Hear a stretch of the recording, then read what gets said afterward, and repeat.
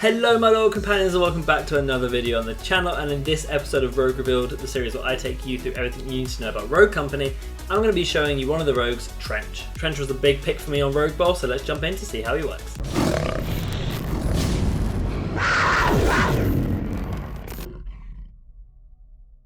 As always, I'm going to be going over his role within the game, his weapons, abilities and perks, then looking at different ways to upgrade him before finally showing you some tips to play him most effectively.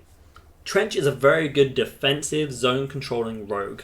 I would not advise playing him on attack. He really doesn't come into play, his abilities aren't very useful, and his kit doesn't really suit the attacking playstyle, but he is a monster on defense, and you should be looking to play him there. He's great at controlling his zone, putting his barbed wire down, using trophy systems to disrupt enemy pushes and breaches, and just play the long ropes really well. He is a fantastic pick in these sort of longer angled maps due to his weapons, and can just slow down enemies really well. If you're the only person on a bomb site, you do have the opportunity to slow them down for long enough for your team to rotate. And he's so effective. You'll see if you look at my Rogue Bowl gameplays that I used him quite a lot, and I used him to hold down really long lines of sight and guard a position, guard a bomb site really well, and enemy teams could not get through me. If we have a little look at Trench in game, he is a skilled fighter and natural leader. Trench is the heart of the Rogue Company team, and yeah, when you play him, you kind of get this sense. Similar to what I said with Saint, because you're on the backline a lot, you can control the team and kind of give good call-outs. Trench kind of falls into this really well. He is great at overviewing the map, finding out where enemies are, and holding down positions that way. He is, as you play him, quite a good rogue to be the leader of your team on. His main passive is Gadget Up, which means you can carry an additional gadget. So when you buy either the trophy system or the gas grenade, you get two of them rather than just one. This is really useful based on his kit and his playstyle. His main ability is Barbed Wire Grenade, which creates a field of barbed wire that slows enemies. The reason it's got grenade in it is because you sort of hold something in your hand, throw it down. You can throw it at a bit of a distance. It doesn't just place under you, and then put barbed wire down in a certain position. Going into his guns, his assault rifle is the HRM 30KS. This is a high-powered assault rifle, good damage. As you upgrade it, you increase its damage range, then its hip-fire accuracy, and then you suppress its fire while reducing its recoil. It does have a low mag size of 20 that does not get upgraded. His other weapon is the DMR MXR. It's a rapid-firing semi-automatic assault rifle, and this tends to be my go-to when I play Trench. As you upgrade it, you increase its magazine size from 12 to 18, then you increase its damage range, then you suppress its fire and reduce its recoil. His pistol is the Executioner, which when upgraded increases its magazine size from 12 to 16 and increases hipfire accuracy while reducing its reticle bloom. His melee weapon is the baseball bat, a savage dinger slinging melee weapon. As you upgrade it, you increase its lunge distance and then its swing damage. His two gadgets are the Tear Gas Grenade, which creates a field of disorientating gas. As you upgrade it, you increase the gas duration, then you increase the gadget count by 1, meaning on Trench you actually hold 3. This doesn't have a fantastic place in the game at the moment. I think it definitely could be a bit more disorientating, a bit more disruptive. Currently it doesn't seem to do too much and I don't pick it up, but the active protection system is very good.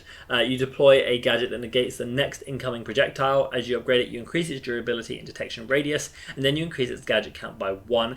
I really like this, and it's fantastic against breaching teams and grenade throwing teams, such as a Dema for example. As for his perks, all his perks are very good and offer him a lot of utility and defense for your team. His first one is Berserker, which gives you the ability to reload while sprinting. Next is Shredder Rounds, which deals more damage to equipment and carries more ammunition. Then you have Tenacity, which takes reduced damage from explosives. Then Bounce Back, which reduces your health regeneration delay. Then Headstrong, which gives you an additional 25 armor, and Tracker Rounds, which when damaging an enemy with a firearm, reveals them to your team. As for a tier list for this, I would definitely be looking at getting Headstrong and Tracker Rounds as soon as possible. Headstrong being the preferred one first, then Tracker Rounds for utility for your team. And then you want to be looking at getting probably Bounce Back first, then Tenacity. If you're using your active protection system well enough, you shouldn't need Tenacity, but it's always useful should the situation arrive. As for these two lower ones, Berserker is probably better, but Shredder Rounds, if you're against something like a Anvil, can be really useful because you can just tear down his wall pretty quickly. When it comes to upgrading Trench, round 1, every time I get the active protection unit. You get 2 of these things and they're so useful. As I got into these higher skill-based matchmaking lobbies, I find that people use grenades a lot more, and having the active protection unit can be really helpful at just stopping people. It also stops things like Ronin Ballistic Knife when it comes flying in, stops incendiary grenades, stops Dema's ability with the grenade launcher. It's really useful at stopping any projectiles, so it's fantastic to pick up round 1. As you then move into the later rounds, you obviously, in round 2, want to get your primary weapon of choice. Personally, I use the MXR DMR rifle. The reason for this is just because I like to hold longer lines of sight. It's a very fast-firing DMR, so it can be really competitive with assault rifles, and it does a lot of good damage, so I like it. You would opt for the assault rifle if you knew you were in a slightly closer combat area, but the way Trench sort of operates is he is holding these longer angles. He is trying to stay back on these longer lines of sight, and that's kind of where the DMR plays in best. The assault rifle, though, not bad. I just struggle a little bit with the 20 bullets. It's not fantastic. Then, as you've got your primary weapon, you move into later rounds. I would look at trying to, at some point, get 1 point into your active protection unit just to increase the radius a little bit. It can be really good, but you mainly want to be focusing on buying those top-tier perks. Get Headstrong as quick as possible. Get tracker rounds as soon as possible, then get bounce back and tenacity whenever you can. The other 2 lower ones aren't fantastic, but you can get them if you have the spare money. From there, once you've got those 4 main perks, that's when I would look at upgrading your weapons. He's not super weapon dependent. You don't really need the upgrades in the weapon for him to be viable, but they do help as the later rounds go on.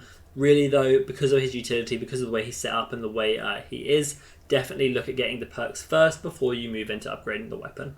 Moving to my tips for Trench, my first one is to understand his role, and this is very key. Not many rogues have specific roles that they must do.